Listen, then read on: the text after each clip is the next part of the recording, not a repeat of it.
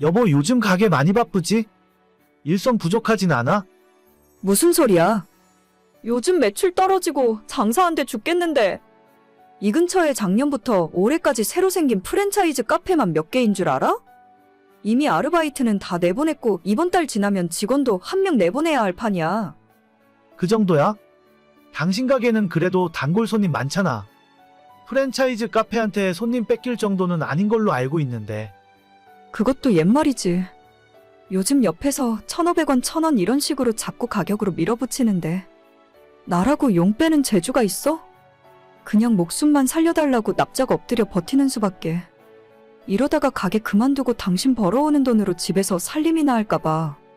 안 돼, 내 월급 해봤자 얼마나 된다고. 우리는 당신이 돈을 많이 벌어야 굴러가는 시스템이야. 아직 내 차 할부도 안 끝났고 집 대출도 갚아야지. 알지 알아. 아니까 내가 매출이 떨어져도 이 짓을 포기 못하는 거지. 다음 달부터 직원 하나 줄이고 내가 일을 더 하려고. 그래야 조금이라도 남겨서 가져갈 수 있을 것 같아. 조금만 참아봐. 원래 체인점 새로 생기면 사람들이 그쪽으로 쫙 몰렸다가 시간 좀 지나면 다시 원래 다니던 곳으로 돌아오잖아. 그래, 지금은 버텨야지. 근데 갑자기 내 가게 상황은 왜 그렇게 물어봐? 원래 당신이 내가 하는 일에 이렇게 관심이 많았던가? 나야 원래 당신 하는 일에 관심이 많았지. 근데 내가 카페 운영에 대해 아는 게 없으니까 조용히 있는 거잖아. 다른 게 아니라 엄마가 그러는데 정윤이가 카페 일 좀 배워보고 싶다 하더라고. 빵 만드는 것에도 관심 있다고 하니까 다음 달부터 당신 가게에서 일 좀 시켜봐. 뭐, 방금 내가 하는 말 못 들었어? 가게 매출 떨어져서 힘들다니까? 있는 직원도 내보내야 할 판인데 아가씨를 어떻게 내가 데려다 일을 시켜? 걔는 초보니까 월급 많이 줄 필요도 없잖아. 그냥 최저임금 주고 힘든 일부터 시켜봐. 카페나 식당 일 같은 걸 안 해봐서 얼마나 힘든지 몰라. 그러니까 아주 힘든 일 시키면 일주일도 못 버티고 그냥 도망갈걸? 그랬다가 어머님이 나서서 뭐라고 하시면 어떡해. 일할 때 불편하기도 하고 진짜 지금 사람 하나 더 쓸 여력도 없어. 당신이 내 가게 요즘 힘들어서 사람 못 뽑는다고 이야기 좀 잘해봐. 아니, 나도 당연히 힘들 것 같다고 대답했지. 근데 내 동생이 당신한테 일을 배우고 싶다고 하더라. 뭐 거기 커피랑 빵이 맛있다나 어쩐다나. 아니, 근처에 스타벅스도 있고 더 큰 카페들 많은데 왜 나한테 온다는 거야? 몰라, 아무튼 다음 달부터 일하고 싶대. 면접 보고 싶으면 미리 불러서 이야기 한번 해보고 필요한 서류 같은 거 미리미리 이야기해줘. 아, 진짜 싫은데. 저는 작은 베이커리 카페를 6년째 운영하고 있고 나름대로 장사가 잘 되는 편이었어요. 한때는 한 달 매출 5천 이상 찍을 정도로 새벽부터 오후 내내 빵만 만들고 커피 내리다가 집에 갈 정도였습니다. 이 주변에 큰 경쟁자가 없기도 했고 제가 유학 생활하면서 취미로 배웠던 빵들이 사람들에게 반응이 꽤 좋았어요. 그런데 바로 작년 초부터 근처에 커다란 프랜차이즈 카페가 생기기 시작하고 그 뒤로 매출이 절반 이하로 떨어지게 되었습니다. 많던 아르바이트생들과 직원들을 줄여가며 버틸 수밖에 없었어요. 그나마 몇 달 전부터 줄어든 매출이 다시 오르기 시작했는데 아직도 많이 힘든 상황입니다. 이 와중에 신우까지 우리 가게에서 일을 하고 싶다 하는 바람에 스트레스가 이만저만이 아니었죠. 정윤이는 일 잘하고 있어? 엄마가 그러는데 요즘 집에 오면 피곤해서 바로 골아떨어진다더라. 그래? 그럴 리가 없는데 이상하네. 엄마가 당신이 정윤이한테 일을 너무 많이 시키는 거 아니냐 걱정하더라고. 좀 쉬엄쉬엄해. 뭐? 내가 이러니까 아가씨 일 시키기 싫은 거야. 힘든 거 하나도 시킨 적 없고 직원들이 다들 뒤에서 뭐라고 해도 차라리 내가 더 하고 말지. 아가씨한테 시킨 적 없다니까? 그럼 걔가 왜 그렇게 피곤하다고 하는 거지? 나야 모르지. 맨날 집에서 빈둥대고 놀기만 하다가 갑자기 일어나서 움직이니까 힘든 거겠지. 아, 몰라. 힘들면 그냥 그만두라고 해. 어머님도 차라리 할 말 있으면 나한테 직접 하지. 뒤에서 당신한테 이게 뭐 하는 건지 모르겠네.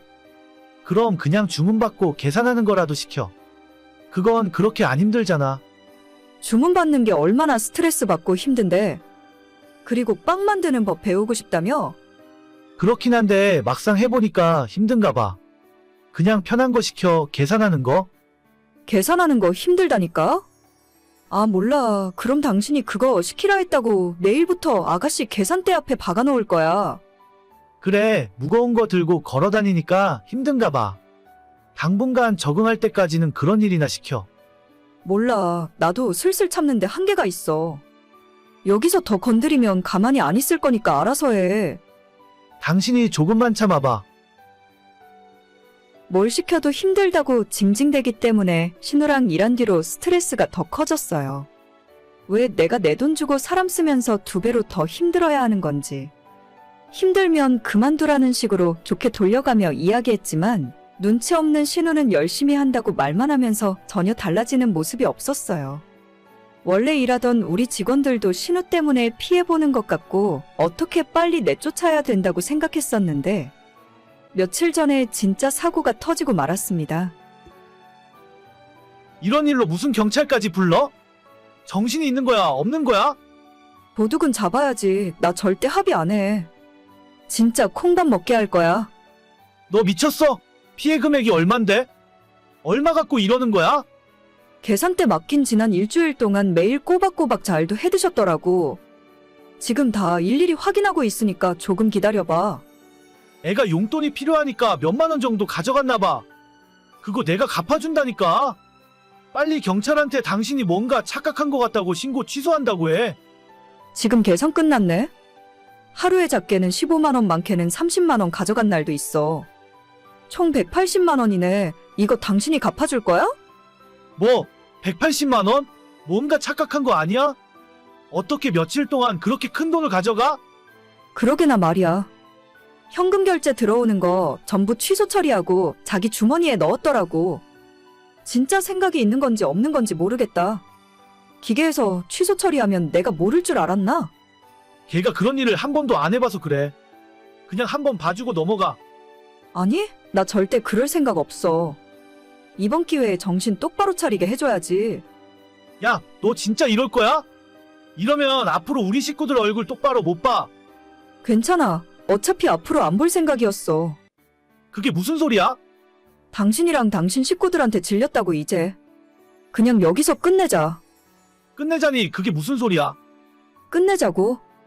결혼하고 지금까지 당신은 내 발목 잡는 일만 하는 것 같아. 결혼은 서로에게 뭐 하나라도 도움되는 게 있어야 하잖아. 나는 처음부터 지금까지 쭉 손해만 봤던 것 같아. 너 진심이야? 이 와중에 나랑 이혼하겠다고? 그래, 당신이랑 이혼할 거고 도둑은 합의 없이 법대로 처벌할 거야. 이번 기회에 전과 하나 달면 앞으로 취업도 못할 테니까 적어도 남한테 피해는 안 끼치고 살겠지. 야, 너 진짜 말 다 했어? 당신 차키랑 내 집 카드키까지 다 놓고 나가. 꼭 그렇게까지 해야겠어? 너 농담하는 거지? 지금 와서 생각해보면 저런 인간이 뭐가 좋다고 결혼까지 했는지 모르겠어요. 나만 좋다고 평생 날 위해 살겠다며 사탕발림하던 인간이 결혼하고 겨우 2년 만에 손바닥 뒤집듯 사람이 달라지더라고요. 남편 타고 다니는 차도 제가 리스로 뽑아준 거고 집은 원래 처음부터 제가 살던 집이라서 그냥 남편만 빈손으로 쫓아내면 끝이었습니다. 개념 없는 시어머니는 처음엔 저보고 경찰에 왜 신고했냐면서 미쳤다고 화를 내더니 이제는 상황 파악이 됐는지 합의해주고 고소 취하해달라며 싹싹 빌더라고요. 저는 이제 와서 억만금을 줘도 합의해줄 생각 없고 끝까지 처벌받게 할 겁니다. 어차피 이혼하는 마당에 이 정도 선물은 해주는 게 좋을 것 같아요.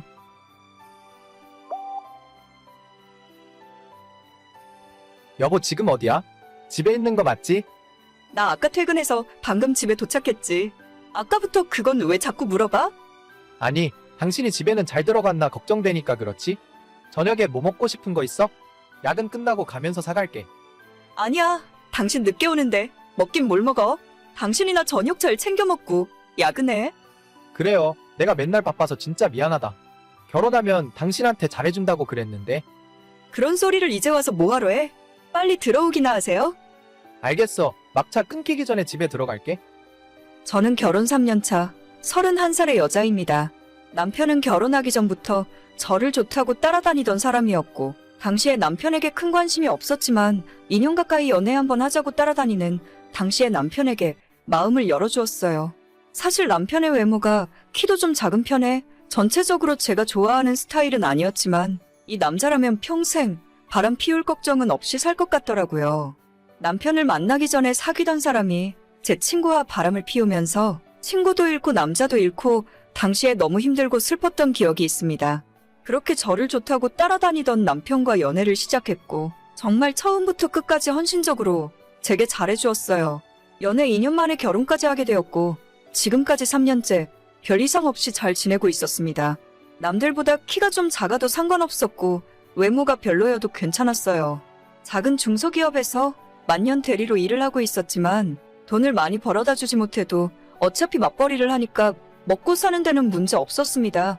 남편에게 크게 바라는 점도 없고 안정된 생활에 만족하며 지냈어요.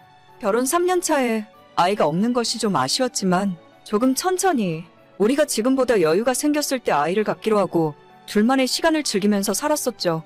결혼 전에도 대리였고 결혼 후에도 계속 대리해서 진급이 되지 않던 남편은 올해 들어서 갑자기 회사 일로 바빠지기 시작했습니다. 남편 부서에 같이 일하던 과장이 회사를 그만두면서 할 일이 많아졌고 이때 열심히 하면 진급할 수 있겠다면서 일도 열심히 하더라고요. 하지만 그만뒀다는 과장이 유능한 사람이었는지 어쨌는지는 몰라도 하루가 멀다 하고 야근을 하고 매일 늦게 들어오는 날이 반복되었습니다. 여보, 나 오늘도 좀 많이 늦을 것 같은데. 기다리지 말고 일찍 자요. 아니 무슨 회사가 일주일에 3번을 야근을 시키냐? 그 회사는 당신 아니면 일할 사람도 없대? 하필 일이 가장 바쁠 때 과장이 그만둬서 그래. 그래도 요 시기만 좀 지나가면 괜찮아질 거야. 여름 휴가 때는 당신 좋아하는 제주도에 놀러 가자. 제주도고 뭐고 다 필요 없으니까 일찍 좀 집에 들어와. 요즘 우리 서로 얼굴도 제대로 못 보는 거 알아? 그럼 알지. 그래도 이렇게 일을 해놔야 토요일에 출근하는 일이 없어. 맨날 말만 그렇게 해놓고 저번 주에도 토요일에 출근했었잖아. 그래서 이번 주 주말엔 편하게 쉬기 위해서 일하는 거야. 우리 회사가 당신도 알다시피 체계가 좀 없잖아. 알겠어. 너무 무리해서 일하지 말고 저녁밥은 회사 카드로 맛있는 거 챙겨 먹도록 해. 알겠습니다. 오늘 진짜 늦을 것 같으니까 먼저 자.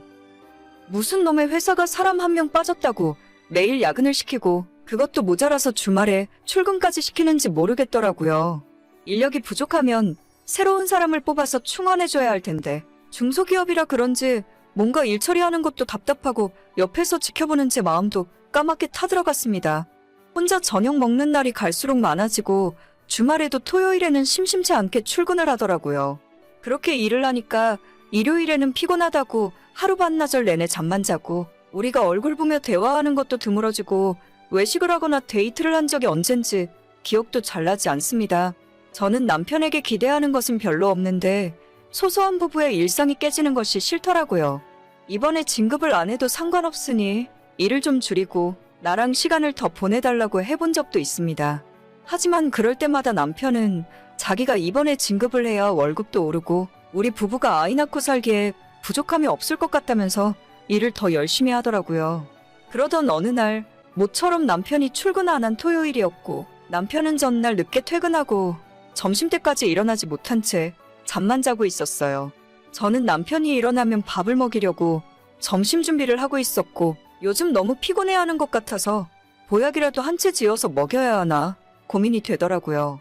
그때 자고 있는 남편의 전화기가 울리더니 갑자기 일어나 씻지도 못한 채 옷을 갈아입고 출근 준비를 하는 겁니다. 저는 남편에게 나가지 말라고 했지만 회사에 갑자기 급한 일이 생겨서 어쩔 수 없다며 저녁 먹기 전까지는 들어오겠다 하고 황급히 집을 나가더라고요. 아니 누가 보면 회사를 혼자 다 먹여 살리는 줄 알겠습니다. 그 회사 사장도 그렇게까진 열심히 일을 안 할 것 같은데 떠난 남편의 뒷모습을 보다가 나 혼자라도 밥을 먹어야겠다 싶어서 점심 준비를 계속했어요. 그때 갑자기 제 핸드폰이 울리기 시작했습니다. 자기야, 나 지금 출발해요. 마누라한테는 회사 간다고 이야기 다 해놨어. 어디로 가면 돼? 저번처럼 그냥 처음부터 방 잡고 만날까? 저는 카톡을 보자마자 이걸 뭐라고 답장을 해야 좋을지 모르겠더라고요. 남편이 맨날 늦게 들어오고 주말에도 집을 비웠지만 바람을 피우고 있을 거라는 생각은 정말이지 단 한 번도 해본 적이 없습니다. 그만큼 남편을 믿기도 했었고 연애할 때부터 지금까지 다른 여자에게 눈길 주는 것도 본 적이 없었거든요. 남편의 외모가 여자들이 보기에 그렇게까지 매력적인 외모도 아니었습니다. 평균 이하의 키에 잘생겼다고는 하기 힘든 얼굴. 거기에 결혼하고 나서 체중도 많이 늘어나는 바람에 뱃살까지 두둑하게 잡히거든요. 돈도 별로 없는 이런 30대 중반의 유부남을 어떤 여자가 탐내겠나 하고 방심한 것도 사실이에요. 하지만 그렇다고 해서 제가 남편에게 함부로 대하거나 못해준 것은 전혀 없습니다. 이런 식으로 뒤통수 맞을 거라고는 상상조차 해보지 않았어요. 여보. 방금 카톡은 내가 친구한테 보낸다는 걸 잘못 보낸 거야. 친구랑 장난치느라고 그런 거야? 됐고, 너 지금 당장 집으로 들어와. 핸드폰 버리거나 삭제할 생각하지 말고 1분 안에 오지 않으면 후회하게 될 줄 알아? 여보, 일단 화내지 말고 내 이야기 좀 천천히 들어봐. 나랑 게임 같이 하는 동식이 있지? 걔한테 하는 이야기였어. 동식 씨한테 전화해볼까? 당신 친구들한테 다 전화해서 망신 주기 전에 헛소리 말고 들어와. 알겠어, 여보. 남편이 집에 들어오자마자 핸드폰을 뺏어서 확인하기 시작했어요. 바로 집으로 들어오라고 해서 그런지 남편은 바람 피운 흔적을 제대로 지우지 못했더라고요. 바람 피우는 여자와 나눈 카톡 대화방은 이미 지워버렸는지 확인할 수 없었지만 사진도 몇 장 찾을 수 있었고 문자와 카드 사용 내역 등 찾아보니 정말 쉽게 찾을 수 있었어요. 생각해보니 남편을 얼마나 확실하게 믿고 살았던 건지 지금까지 한 번도 남편의 핸드폰을 검사해본 적도 없었습니다. 그러니 굳이 남편도 철저하게 감추려고 하지 않았던 거죠. 최종 결정타로 숙박업소 이용 내역을 찾자마자 저는 더 이상 남편을 믿을 수도 없었고 이 결혼을 계속할 어떤 이유도 없었습니다. 정말 여자한테 인기라고는 전혀 없을 줄 알았는데 회사 부하 직원이랑 바람이 났더라고요. 그 여자는 5살 아들까지 있는 유부녀였고 이번에 저한테 들키게 되면서 그쪽 집안도 완전히 뒤집어졌습니다. 당장 상간녀 소송으로 고소장을 받게 생겼는데 집안에 숨길 수가 없었겠죠. 남편은 그저 한순간의 실수였다면서 제 바짓가랑이를 붙들고 울며불며 애원을 하더라고요. 저는 외모가 좀 떨어지더라도 착하고 나만 사랑해주는 남자라면 절대 바람 같은 건 피우지 않을 거라 생각했는데 그건 제 큰 착각이었어요. 연애할 때나 우리 결혼할 때도 남편에게 다른 건 다 용서해 줄 수 있지만 나를 두고 바람 피우는 것만큼은 절대 용서 못한다고 수도 없이 이야기했습니다. 한순간의 실수였건 계획적인 바람이었건 저는 그런 건 중요하지 않다고 생각해요. 부부 사이의 신뢰가 깨진 순간 결혼 생활도 거기서 끝났다고 봐야죠. 남편과는 더 이상 할 이야기가 없고 그 이후로는 변호사가 시키는 대로 절차에 따라 진행했어요. 이혼 서류를 작성하고 남편과 그 상간녀에게 위자료를 청구했습니다. 남편은 모든 걸 인정하고 제가 원하는 방향으로 이혼 서류에 도장을 찍었습니다. 다만 그 상간녀만큼은 자긴 바람 피운 적 없다며 끝까지 우기는 바람에 소송이 진행 중이고요. 그 소송 결과에 따라서 그쪽 가정도 깨지느냐 마느냐가 결정될 것 같네요. 애까지 딸린 이혼녀가 된다면 제 전남편과 합쳐서 가정을 이루면 딱일 것 같습니다. 상간녀와 상간남의 만남이라면 천생연분이 따로 없겠네요. 못생기고 여자에게 인기 없을 것 같은 남자라고 해서 믿고 살았더니 이렇게 뒤로 호박씨를 까고 있을 줄은 몰랐어요. 어차피 이렇게 될 바에는 얼굴이라도 좀 더 잘생긴 남자랑 결혼할 걸 그랬습니다. 그럼 억울하지는 않죠. 오늘의 사연은 여기까지입니다. 구독과 좋아요, 알림 설정은 많은 힘이 됩니다. 다들 행복하시고 좋은 하루 되세요.